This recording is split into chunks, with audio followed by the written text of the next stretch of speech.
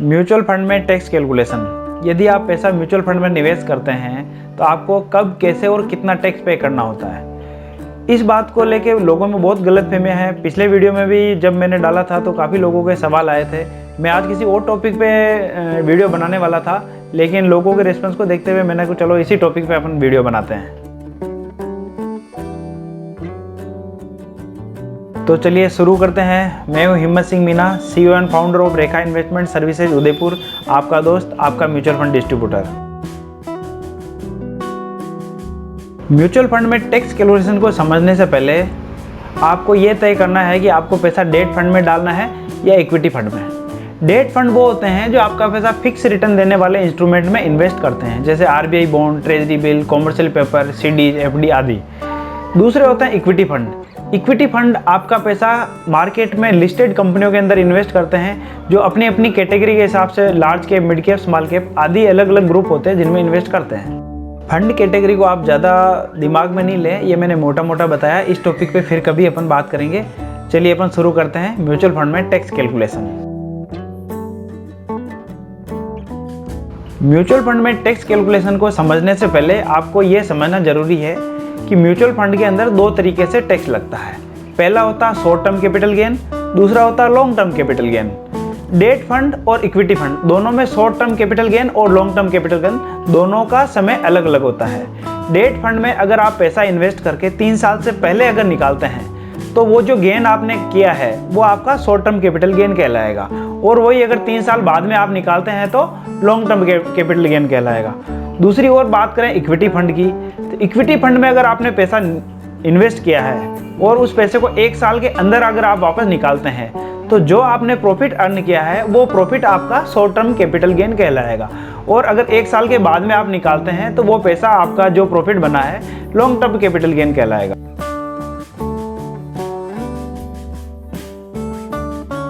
तो चलिए पहले बात करते हैं डेट फंड की।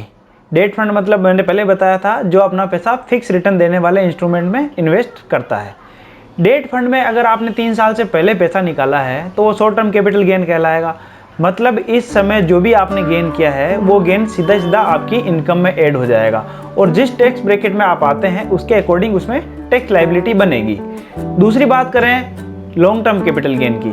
अगर आपने पैसा 3 साल के बाद में निकाला है, यानी कि आपका पैसा 3 साल के 3 मार्च टेन्योर क्रॉस कर चुका है, तो आपको डेट फंड इंडेक्सेशन का बेनिफिट देता है, जिसके कारण आपकी टैक्स लायबिलिटी बिल्कुल नहीं के बराबर हो जाती है। इंडेक्सेशन क्या होता है, ये आपके नया सवाल उठ रहा होगा दिमाग में। इंडेक्सेशन का मतलब होता है, म्यूचुअल फंड ये कहता है कि मैं जो भी प्रॉफिट आपको दे रहा हूँ, जो भी इंटरेस्ट आपको पे कर रहा हूँ, उसके अंदर आपका प्रॉफिट का हिस्सा कितना है उसी पे आपको टैक्स देना है, और वो भी केवल 20%, चाहे आप 30% टैक्स ब्रैकेट में ही क्यों नहीं आ रहे हो। तो इसको कैलकुलेट कैसे करेंगे, चलिए एक उदाहरण से समझते हैं। सपोज करो आपने 5 लाख रुपए डेट फंड में इन्वेस्ट किया और वो पैसा आपने 3 साल के बाद में वापस निकाला। मान लो अपन को 7% rate of interest mutual fund देता है, तो 3 साल बाद में आपका टोटल पैसा बनता है 6,05,000 रुपया। अब इंडेक्सेशन कैलकुलेट करने के लिए म्यूचुअल फंड क्या करेगा, उन 3 सालों में आपको जो महंगाई दर का आंकड़ा है वो भी उसमें लेस करेगा। यानी कि सपोज करो उन 3 सालों में महंगाई दर रही 6%, तो 6% के हिसाब से आपकी जो परचेज कॉस्ट है 5 लाख की वो कितनी बढ़ी, तो वहां पर पता चलता है कि 90,000 आपकी परचेजिंग कॉस्ट बढ़ जाती है।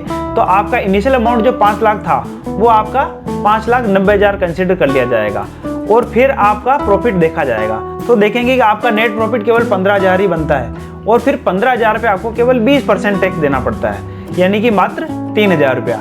इस तरह से आपको 1,05,000 प्रॉफिट होने पर भी मात्र 3,000 रुपये ही टैक्स देना पड़ा, क्योंकि म्यूचुअल फंड का जो इंडेक्सेशन का फॉर्मूला है ये आपको रेट ऑफ इंटरेस्ट में से महंगाई को बाकी निकाल देता है, जिससे आपको केवल नेट प्रॉफिट होता है, रियल प्रॉफिट होता है उसी का ही 20% ही टैक्स देना होता है।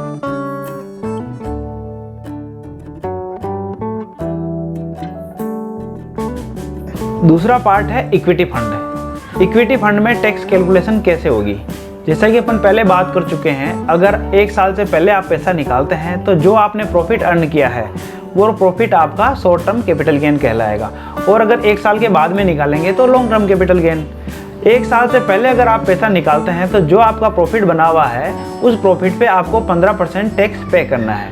उदाहरण से समझते हैं। सपोज करो आपने 5 लाख रुपए इन्वेस्टमेंट किया और आपको 12% rate of interest mutual fund देता है, तो 364वें दिन अगर आप पैसा निकालते हैं तो आपका टोटल प्रॉफिट करीब करीब बनता है 60,000 रुपया, और उस 60,000 पे आपको 15% यानी कि 9,000 रुपये आपको टैक्स पे करना है और आपके हाथ में आएगा पैसा 51,000 रुपया। म्यूचुअल फंड कोई टैक्स नहीं काटता है, म्यूचुअल फंड आपको पूरा पैसा पे करेगा, लेकिन वो टैक्स लायबिलिटी आपके अकाउंट में बोलेगी जो आपको पे करना है। दूसरी बात रही लॉन्ग टर्म कैपिटल गेन की बात। म्यूचुअल फंड 1 साल के बाद में आपको लॉन्ग टर्म कैपिटल गेन का बेनिफिट देता है। 1 साल बाद में आप जो भी प्रॉफिट कमाते हैं उसके अंदर 1 लाख प्रॉफिट तक आपको कोई टैक्स नहीं देना होता है। 1 लाख क्योंकि सरकार ने एग्जेम्प्टेड कर रखा है, 1 लाख से ऊपर जो भी प्रॉफिट आया उसका मात्र 10% ही टैक्स पे करना होता है, चाहे आप 30% टैक्स ब्रैकेट में ही क्यों नहीं आ रहे हो। इक्विटी फंड के लॉन्ग टर्म कैपिटल गेन को समझने के लिए एक अपन उदाहरण लेते हैं। सपोज करो आपने 5 लाख रुपया किसी इक्विटी फंड में इन्वेस्टमेंट किया और 2 साल बाद में उस पैसे को निकाला और रेट ऑफ इंटरेस्ट आपको 12% रहती है, तो आपको टोटल गेन है वो बनता है करीब 1,20,000 रुपया।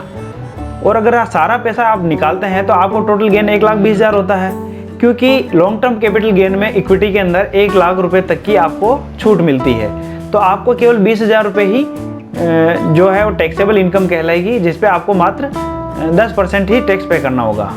यानी कि आपको 20,000 का 10% यानी कि 2,000 रुपये ही टैक्स पे करना होगा, यानी कि आपके नेट हाथ में 1,18,000 रुपये का प्रॉफिट आएगा, चाहे आप 30% टैक्स ब्रैकेट में ही क्यों नहीं आ रहे हो। दोस्तों, इक्विटी और डेट फंड की सबसे अच्छी बात यह है क्योंकि म्यूचुअल फंड में एकमात्र सुविधा है जिसमें क्या है कि जब तक आप पैसा निकालोगे नहीं तब तक कोई टैक्स कैलकुलेशन नहीं होती है। चाहे आप पैसा 10 साल, 15 साल, 20 साल तक रखो, आपको कंपाउंडिंग मिलती रहेगी।